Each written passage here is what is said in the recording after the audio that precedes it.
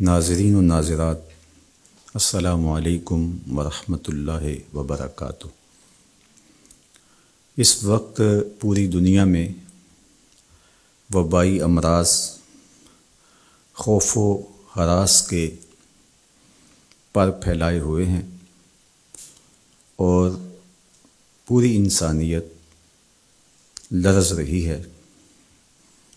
دنیا کے مختلف ممالک میں بہت ساری اموات واقع ہوئیں اور لاکھوں لوگ اس وبائی مرض کا شکار ہوئے۔ زندگی کتنی عزیز ہے اور موت کا خوف انسانی وجود پر کس طرح طاری ہوتا ہے، آج ہم میں سے ہر شخص اس کو محسوس کر رہا ہے۔ پناہ گاہوں کی تلاش ہے اور ہر ممکنہ تدبیر کی جا رہی ہے کہ میری زندگی کا دیا روشن رہے اور میں سلامتی کے ساتھ اس مشکل دور سے گزر جاؤں، میرے اہل میں، میرے دوستوں میں اور میرے اقرباء میں کوئی ایسی خبر مجھے سننے کو نہ ملے جو میرے لیے اذیت کا سبب ہو۔ یقیناً زندگی اللہ کا بہت بڑا انعام ہے اور ہمیں اللہ سے ہمیشہ خیر مانگنے کی، عافیت طلب کرنے کی ترغیب دی گئی ہے۔ میرے اور آپ کے آقا و مولا حضور ختم المرتبت صلی اللہ علیہ وآلہ وسلم نے اپنی امت کو تعلیم دیتے ہوئے ارشاد فرمایا، صلی اللہ العفو والعافیہ، اللہ سے معافی طلب کرو، اللہ سے عافیت طلب کرو۔ کبھی جنگ نہیں مانگنی چاہیے، امن مانگنا چاہیے۔ کبھی بیماری نہیں مانگنی چاہیے، صحت مانگنی چاہیے۔ لیکن اگر بیماری آ جائے تو حوصلے کے ساتھ اللہ کے حضور شفا مانگتے ہوئے صبر کے ساتھ اس وقت کو گزارنے کی تعلیم دی گئی ہے۔ اسی طرح اگر جنگ مسلط کر دی جائے تو استقامت کے ساتھ ڈٹ جانے کی تعلیم ارشاد کی گئی ہے۔ لیکن ہمیشہ اللہ سے عافیت طلب کرنے کا ہی کہا گیا ہے۔ اللہ ہم سب کو اپنی عافیتوں کے سائے میں رکھے۔ ہمارے اوپر جو بیماریاں آتی ہیں، جو مصائب آتے ہیں، جو تکلیفیں آتی ہیں، وہ دو طرح کی ہوتی ہیں۔ ایک تکلیفیں تو وہ ہیں جو ہمارے ان اعمال کا نتیجہ ہوتی ہیں جو ہم شب و روز کرتے ہیں۔ بیماریوں کا آنا ہماری بد پرہیزیوں کا نتیجہ ہے، وقت پہ سونا نہ، معمولات زندگی کا درست نہ ہونا اور آرام کا جو وقت ہمیں میسر ہونا چاہیے کسی وجہ سے وہ حاصل نہ ہو پانا، بر وقت نہ کھانا یا بے تحاشا کھا لینا۔ کوئی شخص نشہ لیتا ہے تو اس کے نتیجے میں وہ بیمار ہوگا۔ اسی طرح دیگر بیماریاں جو ہمیں لاحق ہوتی ہیں وہ ہمارے ہی عمل کا نتیجہ ہوتی ہیں۔ اسی طرح کچھ بیماریاں ہماری کوتاہیوں کا، گناہوں کا نتیجہ ہوتی ہیں۔ تو یہ وبائی امراض ہمارے کیے ہوئے کی سزا ہے۔ اللہ تعالیٰ قرآن مجید میں ایک مقام پہ ارشاد فرماتا ہے، وما اصابکم من مصیبہ فبما کسبت ایدیکم ویعفو عن کثیر۔ جو تمہارے اوپر کوئی مصیبت آتی ہے وہ تمہارے ہاتھوں کی کمائی ہے، تمہاری اپنی کرتوتوں کا نتیجہ ہے، اور اللہ تعالیٰ بہت ساری چیزوں سے درگزر فرماتا ہے۔ یہ اس کی کرم نوازی ہے کہ وہ درگزر فرماتا ہے اور کبھی کبھی گرفت کرتا ہے۔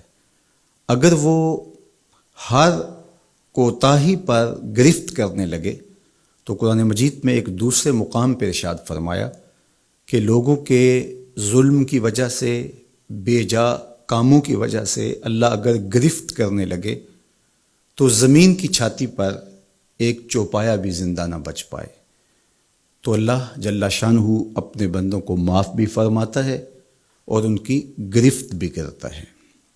پچھلی امتیں جب گناہوں میں مبتلا ہوتی تو ان کو تنبیہات کی جاتی، ان کو سمجھایا جاتا انبیاء علیہم السلام کے ذریعے سے، اور انہیں چھوٹے عذاب کے جھٹکے دے کر کے تنبیہ کی جاتی۔ لیکن جب وہ قومیں نہ سنبھلتی تو اللہ تعالیٰ جل شانہ ان کے اوپر عذاب استیصال نازل کرتا۔ عذاب استیصال یہ ہے کہ وہ قومیں وجود سے مٹا دی جاتی۔ اس امت پر اگرچہ یہ کتنے بڑے جرم ہی کیوں نہ کریں، ان پر عذاب استیصال نہیں آئے گا۔ اللہ کے محبوب صلی اللہ علیہ وآلہ وسلم کا پاکیزہ وجود اور حضور کی رحمت کی تنی ہوئی چادر ہمارے لیے بچاؤ کی ضامن بن جاتی ہے، اور ہم اللہ تعالیٰ کی طرف سے آنے والے عذابوں سے بچ جاتے ہیں۔ کفار مکہ نے باقاعدہ مطالبہ کیا، اے اللہ اگر تیرا یہ رسول سچا ہے فامطر علینا حجارۃ من السماء، تو آسمان سے ہمارے اوپر پتھر نازل کر۔ تو حضور صلی اللہ علیہ وآلہ وسلم کے رب نے کیا جواب دیا؟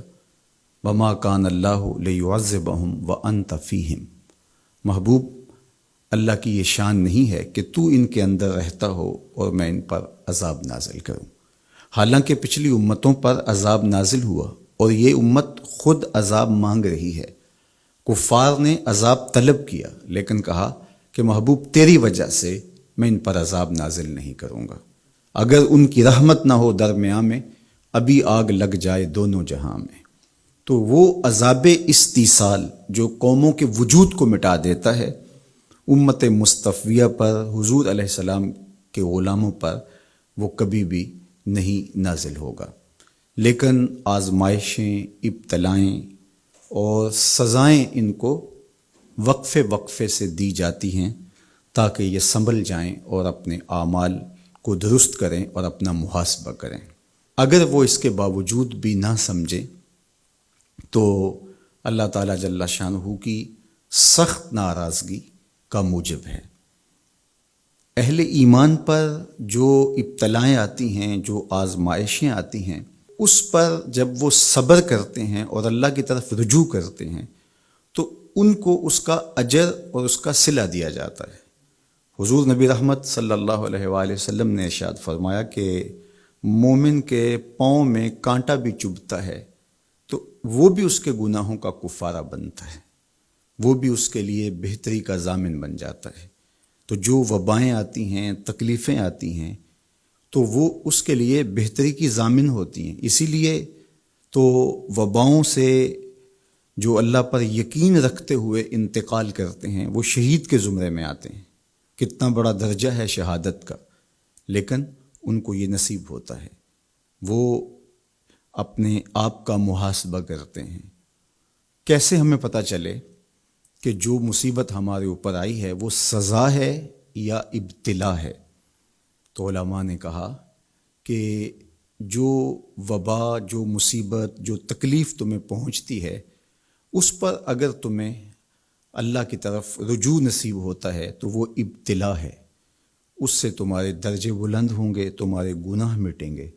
اور اگر ان آزمائشوں، ان امتحانات اور ان وباؤں کے باوجود بھی تمہارا اللہ کی طرف رجوع نہیں ہوتا اور تم اسی طرح اپنی زندگی کو گزارتے ہو جس طرح اس سے قبل گزارتے ہو، تو وہ تمہارے لیے سزا ہے۔ تو مجھے اور آپ کو اس موقع پر دیکھنا ہوگا کہ ہم کس مرحلے سے گزر رہے ہیں، ہماری کیفیت باطن کیا ہے۔